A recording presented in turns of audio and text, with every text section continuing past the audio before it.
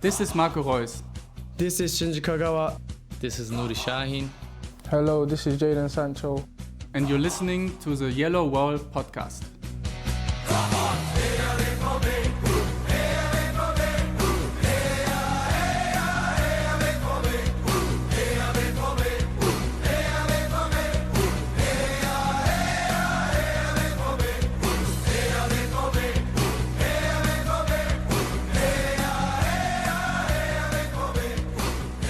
Hello and welcome to episode 467 of the Yellow Wall Pod. I'm your host, Stefan Motzko, and today we will talk about Borussia Dortmund playing in the Champions League against PSV. We will also have a quick review of the previous two Bundesliga matches, but I think the main focus is safe to say will be on the Champions League today. Since it's a bit of a short notice, we'll try to keep this short and sweet. Matthias Zug is here with me. Hello, Matthias. How are you doing? I am doing well, Stefan. How are you? Yeah, I'm a bit knackered from the weekend. I've also been out sick last week, hence no show. So apologies, but I'm back and healthy. So I'm excited to talk about Borussia Dortmund and the upcoming game. However, Matthias, as I said just now, we didn't discuss the Freiburg games, as you just said in pre-pod. I have no recollection at all, other than it was a good game. 3-0 win. Freiburg had backline reminiscent of Dortmund's backline, where they had Witzel and Pongracic in the back. So safe to say it was relatively easy to beat those center backs and their entire injury-riddled backline. I think what will stay from this game more than anything is probably the substitution of Matteo Morey towards the end of the game, and his actual first game in front of a sold-out Westfalenstadion, in front of fans, period, because if you remember, he arrived in Dortmund during the COVID times and had a very long injury, over 1,000 days out, and to make it back, to make this comeback very, very emotional. Matthias, if you don't recall the game too much, I think you can recall this moment, right? Yeah, it's always great to see a player that really suffered under injuries like he did, because, I mean, like, he had a comeback and then he immediately got injured again, kind of reminiscent of, Gio Reyna, who, played, got injured, played a little bit, and then had a really long injury. Marco Reus had that a few times, and it's always great to see them come back and not get injured right away. And so, no, I mean, that was kind of as we'd say in Germany, the i-Tüpfelchen, the dot above the I, cherry on win. top. Yep, for this match to kind of add that to it, because like I said, Dortmund played really, really well. Freiburg made it really, really easy for them, which didn't help, which is, and it's still Freiburg. So, I mean, Freiburg, you still have to respect, because it seems Dortmund either blows their doors off or loses. Like, there's very little middle ground in these matches against Freiburg, and I'm glad it was the former and not the latter. And Dortmund looked very comfortable. Donny Malen played very, very well. Needless to say, he and Niklas Füllkrug are probably the two most informed players since the winter break.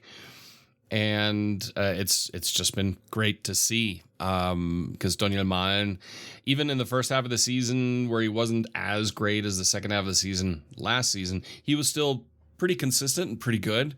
And now it seems like he's just kicked it up another notch right when Dortmund need it. Yeah. Unfortunately, he wasn't available for the game against Wolfsburg due to knee injuries. I presume, and obviously I don't know, because he said before the game, at least that's the story, that he felt his knee a little bit. And, I think Dortmund were relatively confident they would get a result out of Wolfsburg without him. And he was available, he was on the bench. But considering the magnitude of tomorrow's game, I think, Matthias, that it wasn't the wrong idea to give him a good amount of rest, to have him in full health available. And yeah, it was a 1-1 draw against Wolfsburg, and the less said about this game, the better. To be honest, I'm still not amused about Emre Can's post-game comments that the fan protests should stop because they're feeling disrupted. You know what? Watching your game disrupts my beautiful Saturday, where I then have to be mad about it for however long I am mad about it. So just shut up. Anyway, Matthias, I think it's fair to say that this is very much a forgettable game. Dortmund took the lead through Füllkrug, but then never really imposed themselves on the game. Just the difference between Wolfsburg having healthy defenders that run at pace and Dortmund struggle to get in behind them, and Freiburg beforehand. And the fact that it was a road game also quite telling again, because I feel like the difference between Dortmund on the road and away was once again showing. But I don't really want to get into it too much because, as I said, we have a very important game tomorrow, and apart from that, Dortmund are still in 4th position after this match day, so everything is okayish, I guess. They play Hoffenheim, Union Berlin, and Werder Bremen next in the league, and that should be all games they can win. Whether they will or not, we'll see, since Dortmund's brand of football is very topsy-turvy right now, I must say, but we'll see. Matthias, PSV, when Dortmund got the draw, I think we all were at first happy that Dortmund did qualify first in the proverbial group of death, because it is on paper a somewhat easier draw. However, they are of course the league leaders in the Eredivisie and are also unbeaten so far under the tutelage of old Dortmund favorite Peter Bosch. Yeah, it's it's funny. These are the kind of stories that sports tends to write, and even in a big global game like football, it's amazing how often clubs and former coaches do end up facing each other, even if they go to a different league. No, PSV are playing very, very well. I haven't watched Eredivisie now in a while, but I try to watch it as much as possible, just because I find it a technically interesting and fun league. And it, from one season to the next, it can be so disruptive. I mean, think about it. At one point, Ajax, everyone thought, are they going to get relegated? Now they're 5th. I wouldn't be surprised if they qualify for Europe. Granted, it would be the Europa Conference League, which would just be kind of hilarious. Whereas PSV, they are playing incredibly well. I would say overall the league this season isn't as strong as it's been before competitively. Feyenoord, the defending champions, they're 10 points behind PSV, and they've also been pretty inconsistent. The fact that FC Twente is 3rd, and I really don't like FC Twente because they are club friends with Schalke. So I root against FC Twente as much as humanly possible. The Eredivisie season's very odd, very unpredictable. I mean, Vitesse Arnhem are last, and they're usually playing for Europe. So it's an odd season. That's not to say that PSV don't deserve to be where they are. They are clearly the best team in the Netherlands right now, and they are playing that way. I can't recall. I'd have to look it up how they played in the Champions League. And who was in their group exactly. But well, first of all, they made it through the qualifying rounds because they beat Sturm Graz, then they beat Rangers. They lost 4-0 to Arsenal, a 2-2 draw against Sevilla. Then they had a draw and a win against Lens and beat Sevilla. Then 3-2 away and a 1-1 draw against Arsenal. So I would say that is a pretty formidable group and a formidable group stage to come out of. Obviously, Sevilla, as per usual, Europa League bound to do their thing. Nevertheless, I would say it is a pretty decent run.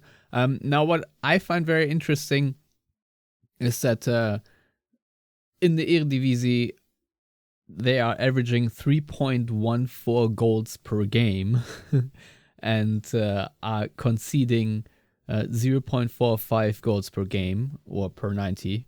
And if you compare that with their Champions League run, still impressive, averaging 1.17 goals per game and conceding a little bit more. I think it's 1.67 goals. So they have a negative average, if you will. So that is sort of my hope stat for the day, that PSV's form in Europe not being quite as strong as in their domestic campaign is sort of where I'm clinging onto, because form-wise, it is to me quite obvious that PSV are streaking hard. Meanwhile, Dortmund not so much. Sorry if I interrupted you, by the way. No. I mean, the advantage that Dortmund have is that PSV are coached by Peter Bosz. And Bosz, unlike Niko Kovac, because Niko Kovac had the typical Niko Kovac match against Dortmund, in the sense that, he had Wolfsburg really, they committed 18 fouls. Their main job, they wanted to disrupt any type of build-up and rhythm. They also played an insane amount of long balls.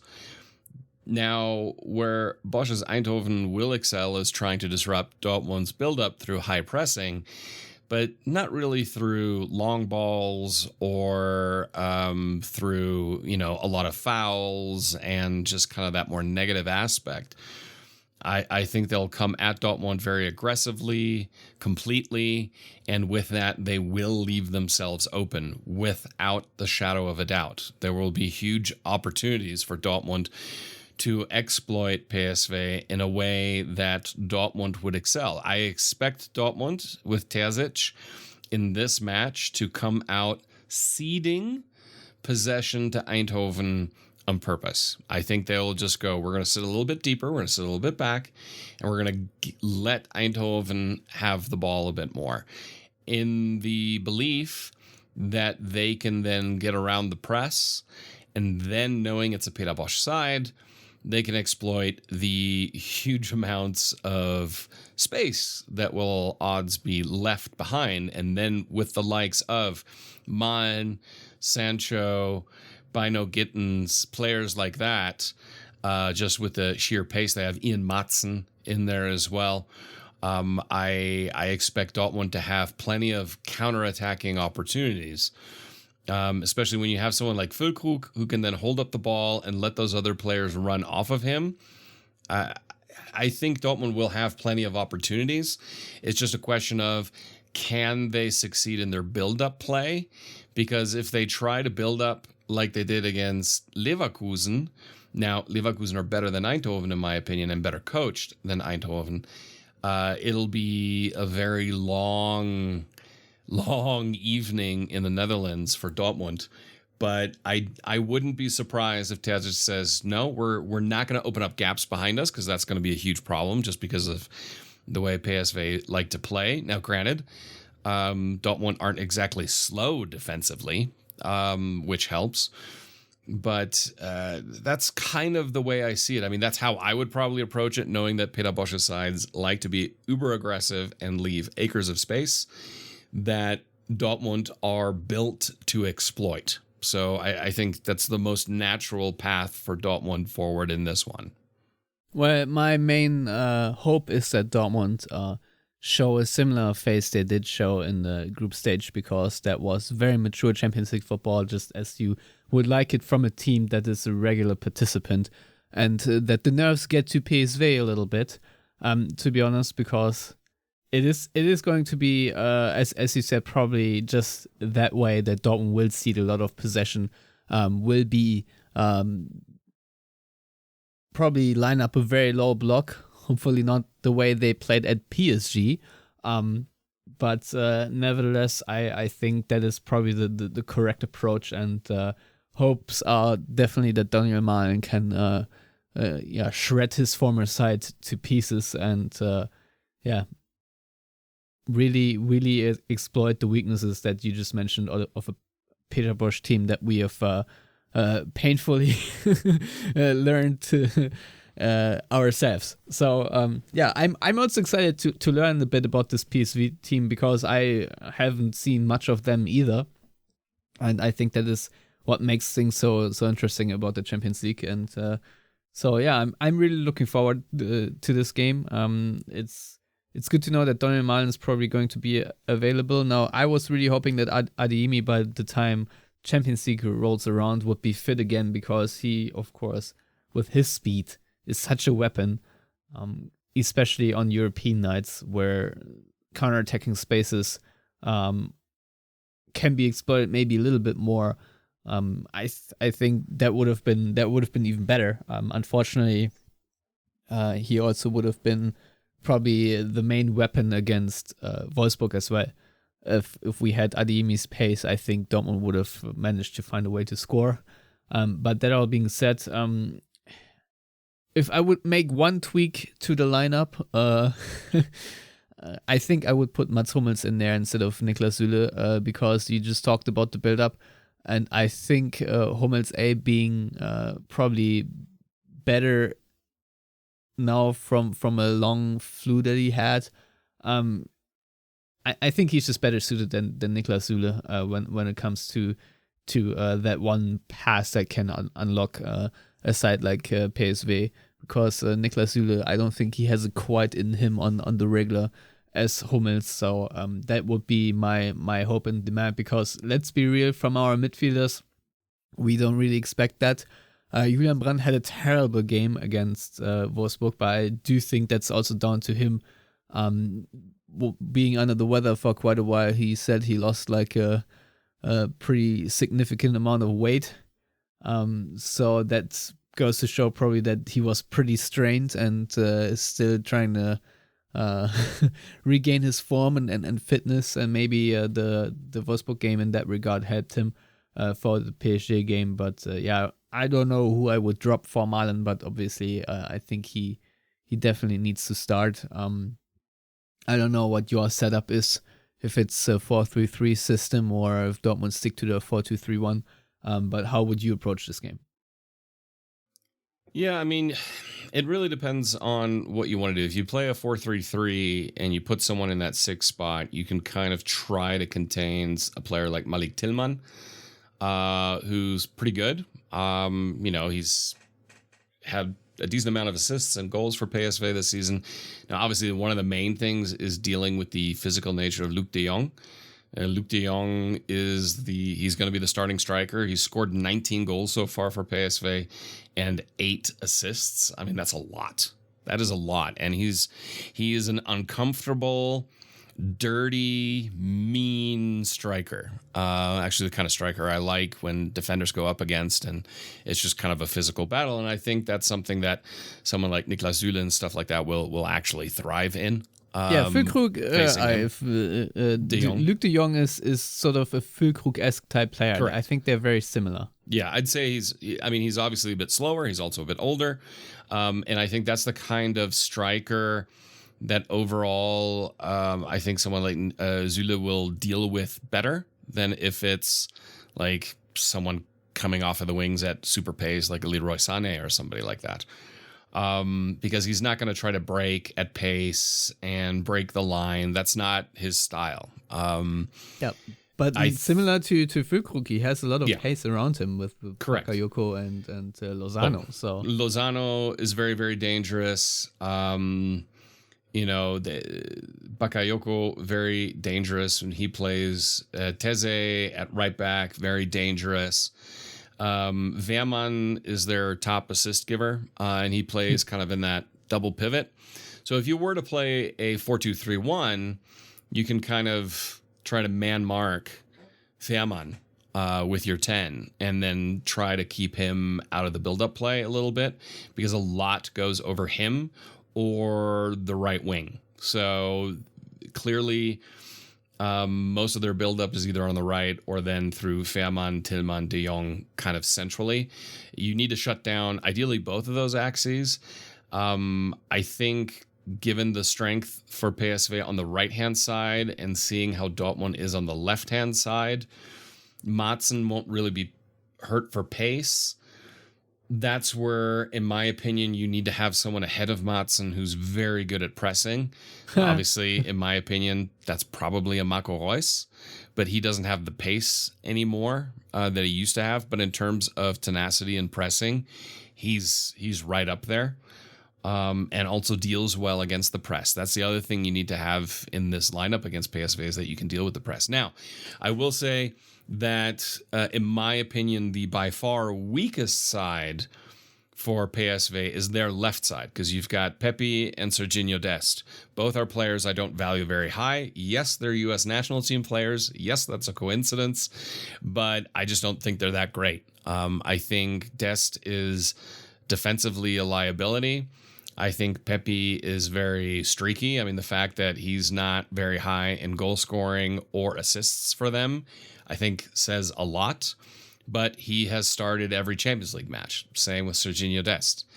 And so my assumption would be that they're probably going to start. Now they could, throw a loop in there and have, Lozano and Bakayoko maybe both start, even though they're both nominally on the right-handed side. But given how they've played in the Champions League so far, that's not usually the case. Pepe and Dest tend to start on the left, and that's Dortmund's right-hand side. So you've got Riasson there, and then whoever's on the right with Donny Malen. Donny Malen against Serginho Dest, I will put money on Donny Malen every day of the week. Absolutely, because Serginho Dest isn't great positionally. He pushes up too far, and that, I think, is the most likely place you could exploit PSV.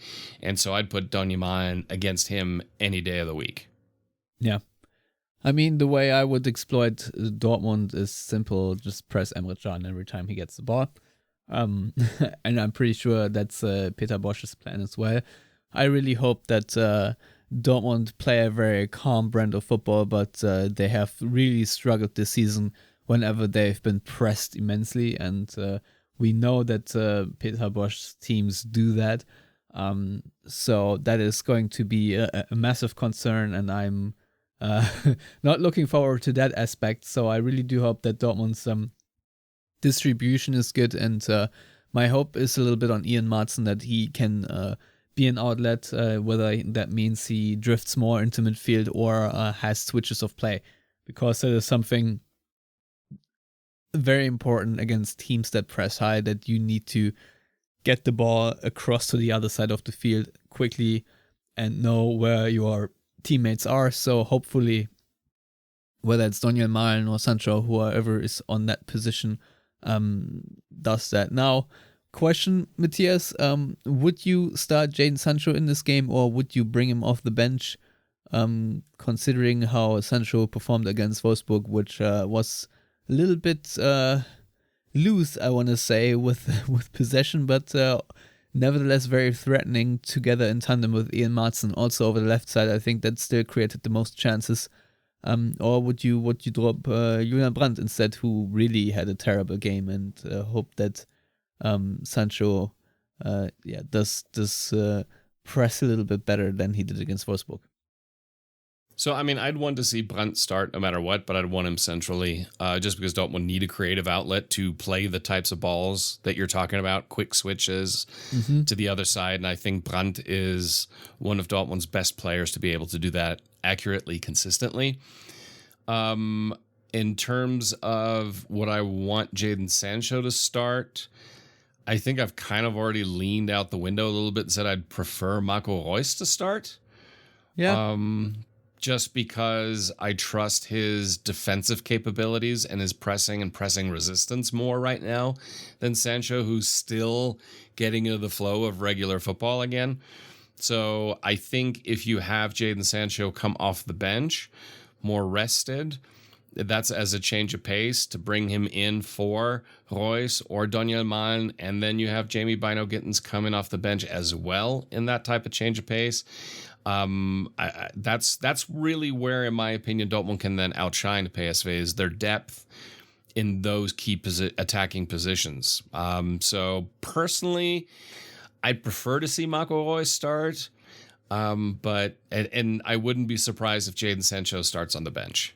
Yeah, I think that's very, very important to point out, that either way, I think Dortmund will have good substitutes that can decide the game in the last 20-25 minutes or so. It would help if we have maybe a more attacking substitution if possible, and not a shan like in the Wolfsburg game, which did not call for it at all.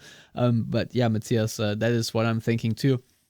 Now we should probably also mention, especially for people who don't watch Dortmund as frequently, that Sebastian Aller, after winning the Africa Cup, or while winning the Africa Cup, once again tweaked his ankle and will be out for several weeks, which is why we're here talking more about Füllkrug and Moukoko and not Aller, because as beautiful as it was, him winning the Africa Cup, and I think he really needed that, also mentally needed that after what happened last season in Dortmund, and just in general, I mean, beautiful moments, and I'm just really happy that he was able to win this tournament with his goal contributions. Just an amazing story, but unfortunately he is not going to be able to thrive off that momentum and plug it into Dortmund just yet because of this very annoying injury.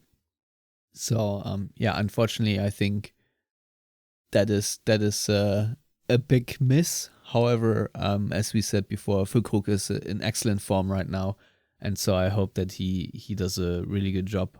And otherwise, I think things are pretty set as far as Dortmund go. I don't think there are too many variables. The only question is how lucky their finishing is, because that is obviously very important in the Champions League, that you have to be clinical in front of goal. But so far in the Champions League campaign, I want to say that Dortmund have done this quite well.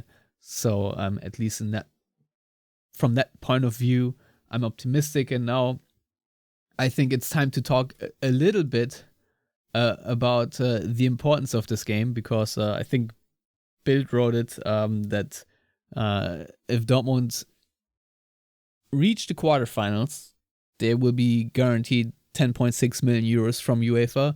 The pot will obviously increase if RB Leipzig can advance against Real Madrid. And I'm not a betting man, but it's looking good. Leipzig did lose the first game, were screwed over by refereeing there a little bit as well. But, as long as Dortmund aren't screwed over, I don't really care. Since Leipzig in itself is an inception of cheating. So they can just fuck right off. And on top of that, Matthias, we haven't really discussed it yet, but there's a good chance that if Dortmund make the next round, make the quarterfinals, they could participate in the 2025 Club World Cup, which of course has a new format.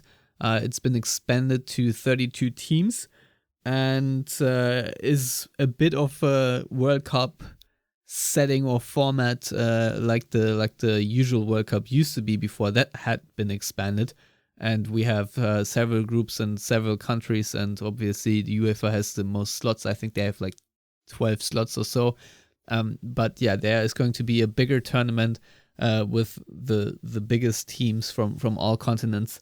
And I see this as a big money grab on the one hand, obviously, but on the other hand, Matthias, first of all, I want Dortmund to profit from that money grab. But on the other hand, I'm actually really excited about this mode of the Club World Cup, because Dortmund, of course, did win the Club World Cup in 1997 or 1998, depending, I think it was 98, right? Against Cruzeiro in the in Tokyo. Just amazing times. Matthias, like I said, I'm all for this competition because I really like seeing different teams go against each other from different continents, and the more the merrier, to be honest. What's your opinion of this format? Yeah, I mean, it's conflicting for me because on the one hand, it's just, like you said, it's a money grab. It's more matches for players to play. Thus, you are, shortening careers again further, just because there are only so many miles you can put on those tires.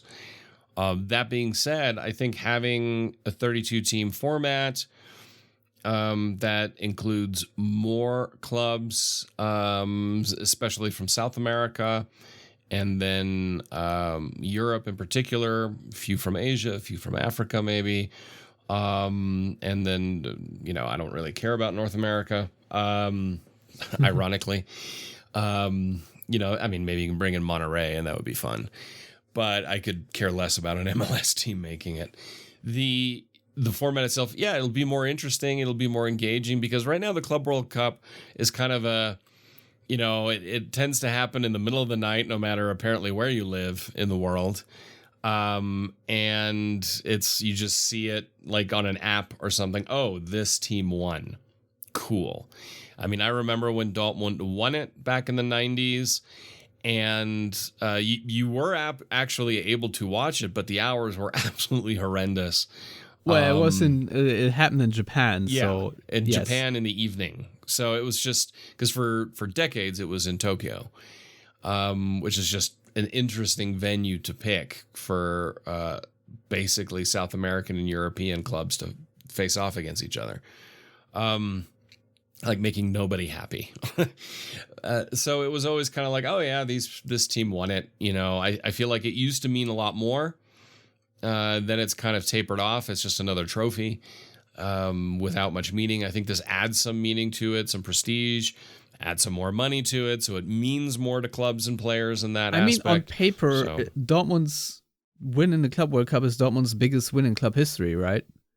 In theory, yes. Yeah. But I don't think anybody would argue that the Champions League victory is the biggest win, and then probably the European Cup Winners' Cup after that, just because of what it meant for the club and where the club were at that point in the 60s. So, the Club World Cup, cool. Won it, awesome. Cruzeiro were great. I mean, Brazilian football in the 90s was just amazing. So that was cool.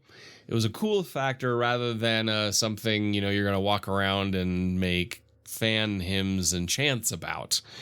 Whereas Champions League and stuff like that is a little bit different or significantly different.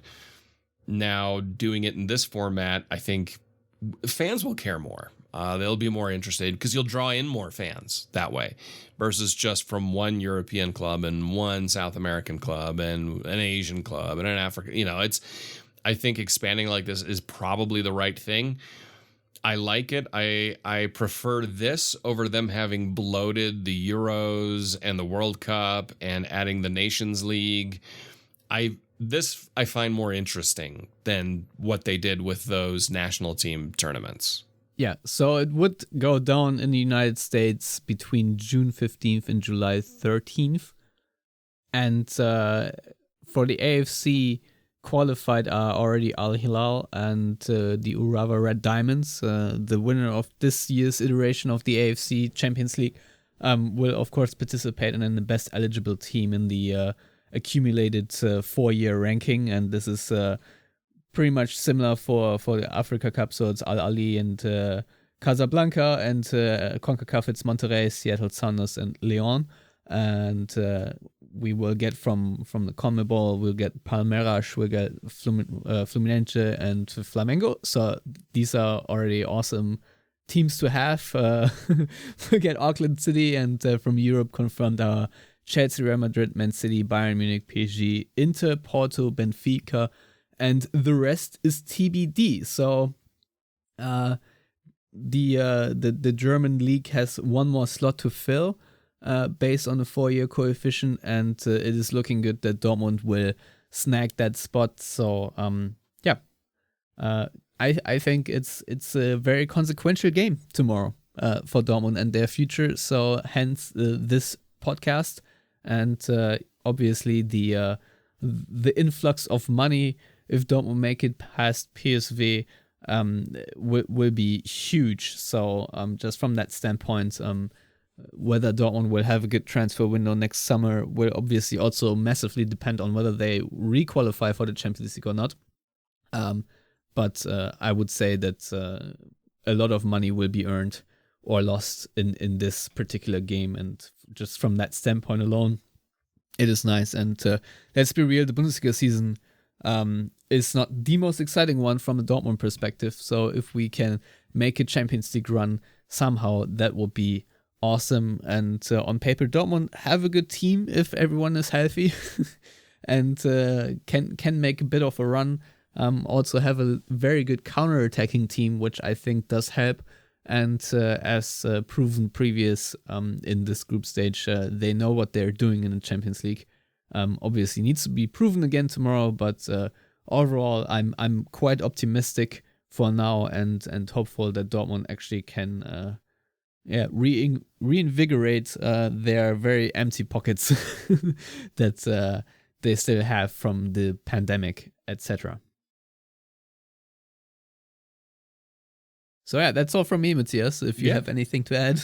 No, I mean, I agree with you. And, I just was looking at the Bundesliga table right now. I mean, overall, the Bundesliga this season, it's interesting.